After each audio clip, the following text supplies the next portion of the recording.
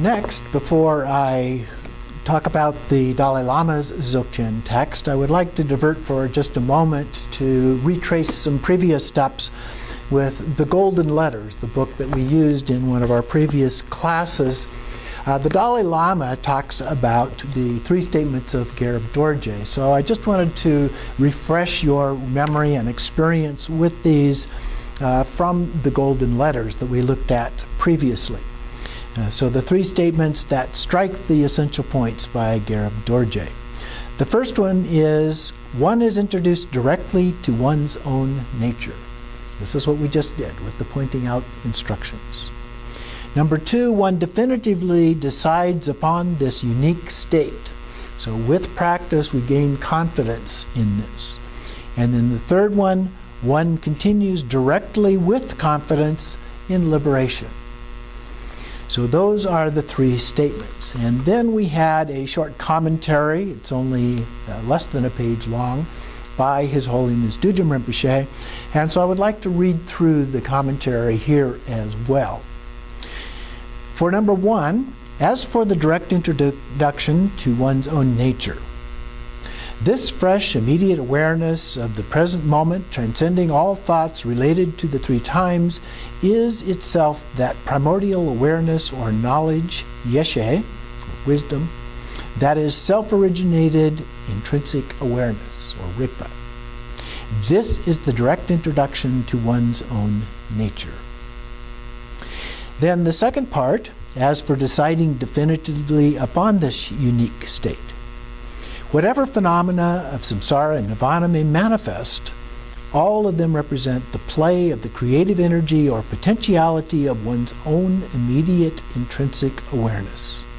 Since there is nothing that goes beyond just this, one should continue in that state, this singular and unique awareness. Therefore, one must definitively decide upon this unique state for oneself and know that there exists nothing other than this.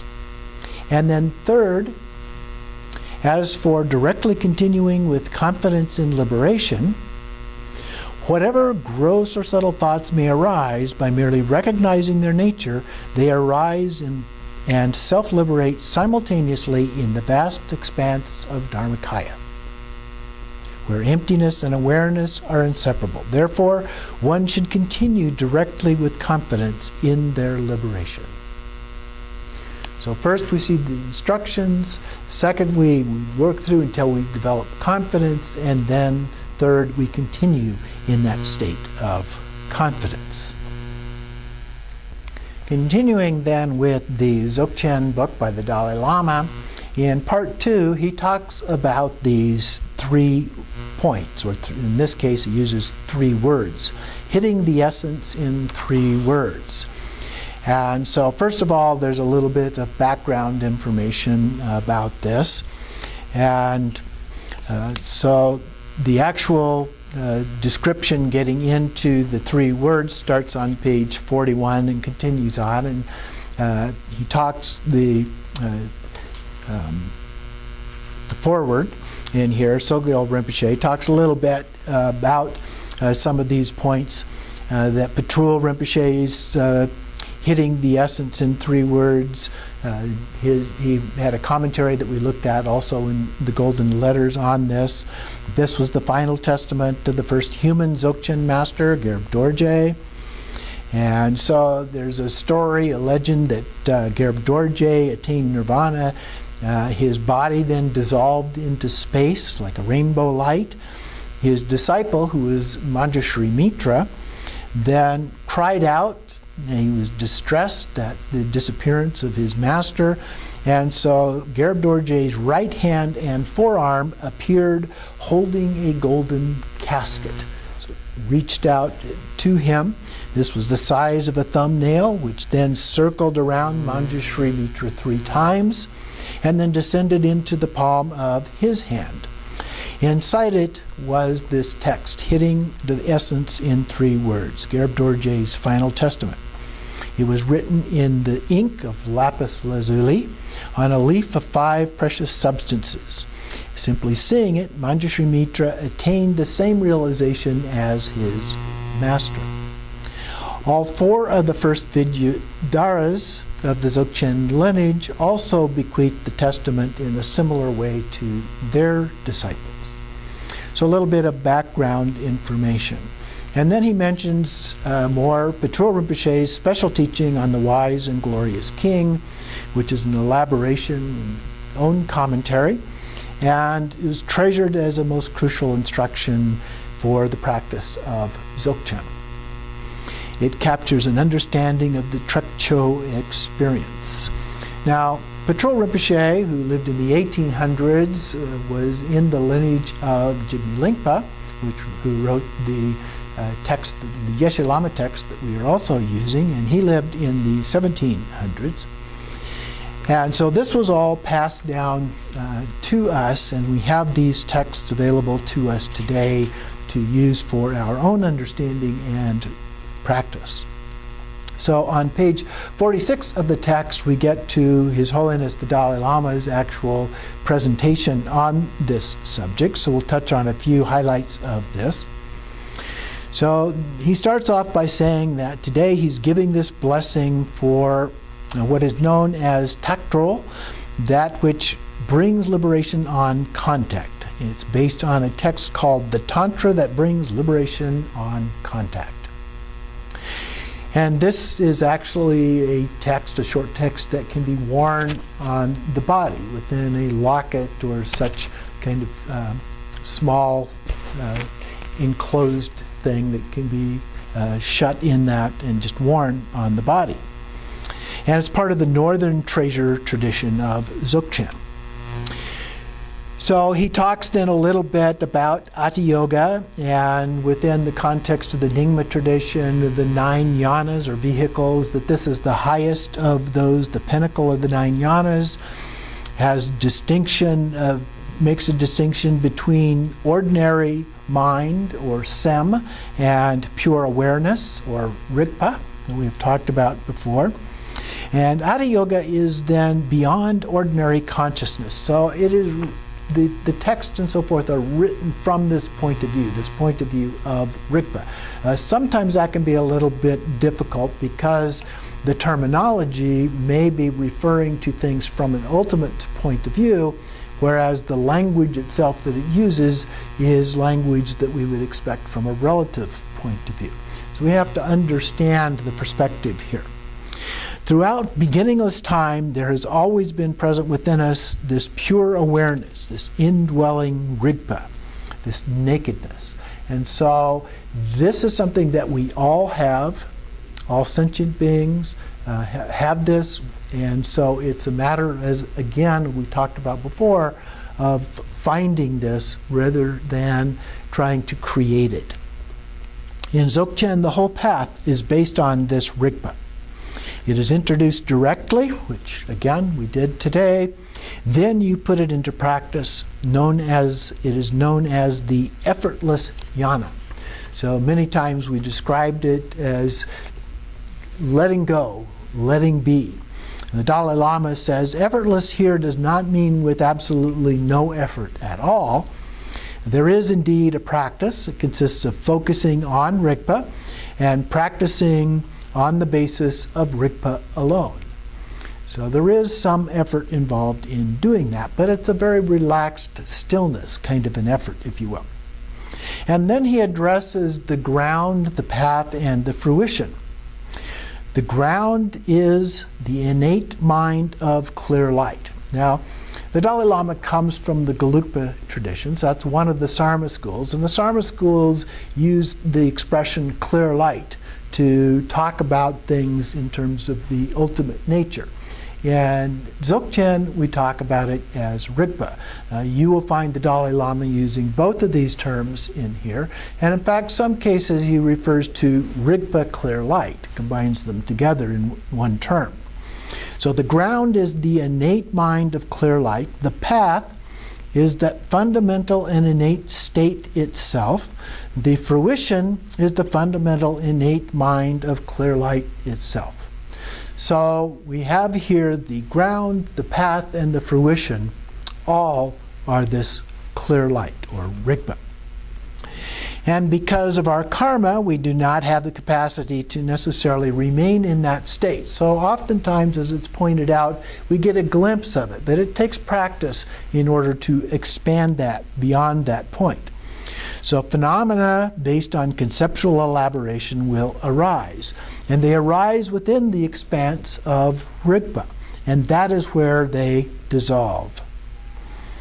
He goes on to say that in Dzogchen, even while the six consciousnesses are fully functioning, you can be directly introduced to their subtle aspect of clear light in your immediate experience, and you then meditate by focusing one-pointedly on that aspect.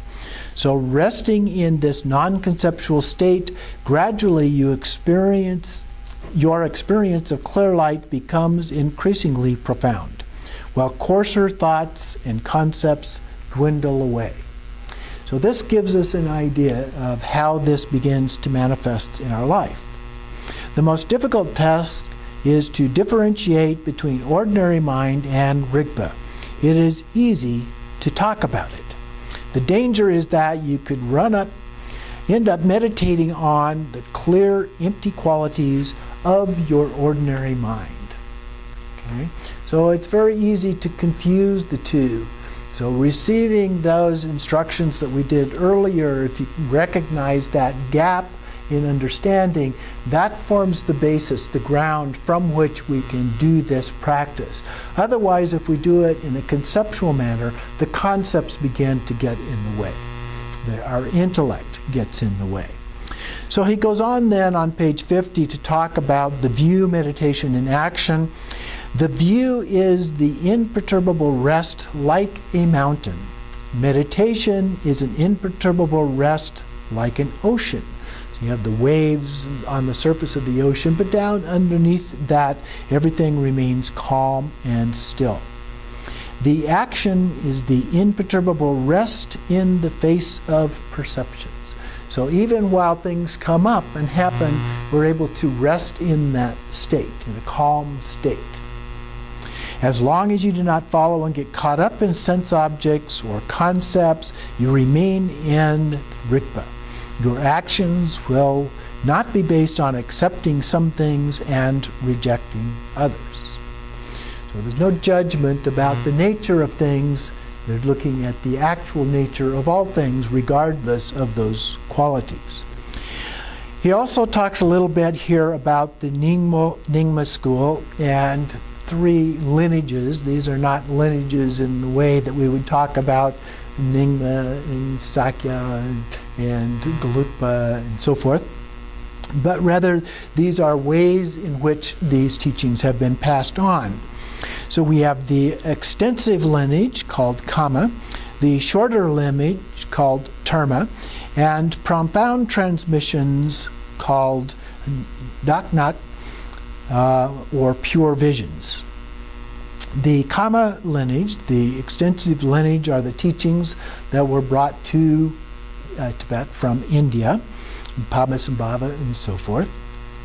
The Terma lineage then is the one that began with Padmasambhava, where he gave teachings, and in particular gave these teachings to Geshe Tsogyal, who wrote them down and buried these as hidden treasures to be revealed at some later time.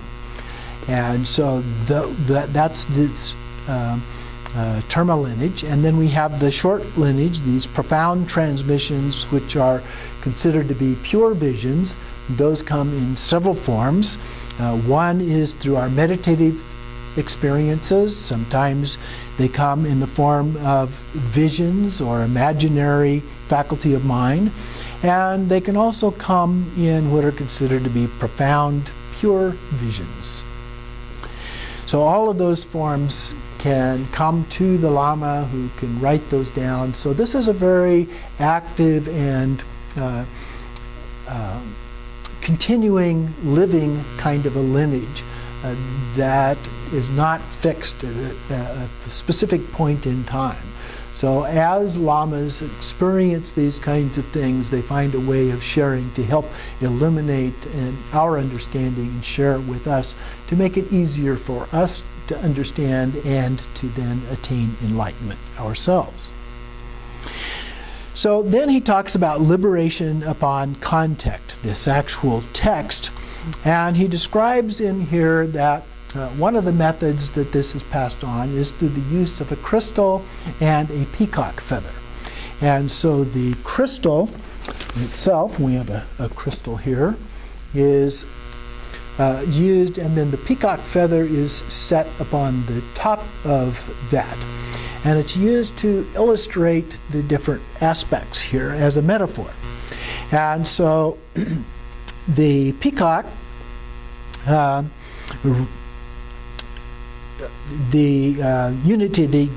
together they form the unity of Rigpa and emptiness. So the peacock feather is placed upon that, and so the crystal represents the Trekcho, and the peacock feather represents the Togao. So we have the union of Trekcho and Togao in this little metaphor here. So ritual implements are also used by the master, the Vajra and the bell. And the Vajra symbolizes skillful means, or upaya, and the bell represents wisdom, or prajna. The wisdom also is the feminine, and the other side, the skillful means represented by the Vajra, is the male. And so together those symbolize the primordial unity of the upaya and prajna, which is the essence of ultimate bodhicitta. So bodhicitta has the skillful means, the relative, and the ultimate. And so the union of those two together is represented in this way. So then he goes through the specific verses of this section. It's actually a short text, but he first gives a little bit of commentary on each of these verses, and then goes through and concludes this part by reciting all of the verses together. So the first part, Ima. Phenomena are, without exception, perfect within the continuum of self-arising Rigpa. He points out here that the newer schools use this idea of innate mind, of clear light, the Sugata Garba, or Buddha nature. And then the second verse, thus, since its enlightened deeds are so vast, Buddhahood can definitely be described as pervasive, and since those deeds are not subject to generation, they can in fact be described as permanent. Now, the word permanent gets into a philosophical debate within Buddhism, because the Buddha repeatedly said that nothing is permanent. So the scholars state that all that exists is necessarily compounded, and that it is not permanent. All compounded things eventually disintegrate. And so, yet there is this self-arising Rigpa, which is beyond ordinary consciousness altogether. So, yet in that state, compounded or uncompounded are transcended. And concepts of ordinary mind, they are concepts of ordinary mind. And so Rigpa is beyond ordinary mind. And so it is in effect permanent. But in a way you could say it is also beyond permanent or not permanent as well. So Rigpa is beyond all imagining or expression. So it is ineffable. In the Guhya Samaja cycle, Rigpa is referred to as the fundamental innate mind of clear light. In the Kalachakra cycle, it's referred to as all-pervading Vajra space. And in the Havajra Tantra, it's referred to as the precious mind. So we have different terminology in different tantras, but these are all referring to the same thing. He continues on with the next verse. Other than the precious mind, there is no Buddha, no ordinary being. So neither Buddha nor ordinary being. In Dzogchen, we're talking about Rigpa, pure awareness, self-liberating, nakedly free, unobstructed. There are lots of different terms that we use to refer to this. The next verse, this is the path of the heart essence, where knowing one liberates all. And then tantras, commentaries, and pith instructions are all contained within this. The threefold wisdom is the experience of purity. And threefold wisdom here is the essence, nature, and energy. And the experience of purity is a reference to Trekcho. Then the four visions are supreme, which of course refers to the Togao four visions. And then Buddhahood is attained in simultaneous realization and liberation. So look without distraction directly at the essence of Rigpa. Brief look at this. He also comments that this reference, the single syllable, refers to the perfection of wisdom, or the prajna paramita. So one method in Dzogchen is to direct your mind into your eyes and direct your eyes toward space. Now this is in Togao part of Dzogchen, and this is referred to as the Kati channel. Those of you who took the class when we talked about Togao in the natural liberation class, we referred to this as coming from the heart, being connected up to the back of the eyes and then projecting out into space. This is what he's referring to here, this Kati channel. Your mind should be uncorrupted by any sense of grasping, simply clear, simply aware. The state of Rigpa itself, essentially empty by nature, simply clear, simply aware, primordially pure in its very essence. So then he puts all of the verses together here and read them together collectively. Ima. Phenomena are, without exception, perfect within the continuum of self-arising Rigpa. This is the path of the heart essence, where knowing one liberates all. Tantras, commentaries, and pith instructions are all contained within this. Threefold wisdom is the experience of purity. The four visions are the supreme path. Buddhahood is attained in simultaneous realization and liberation. So look without distraction directly at the essence of Rigpa. So that concludes our brief commentary today on the Dzogchen teachings from the Dalai Lama.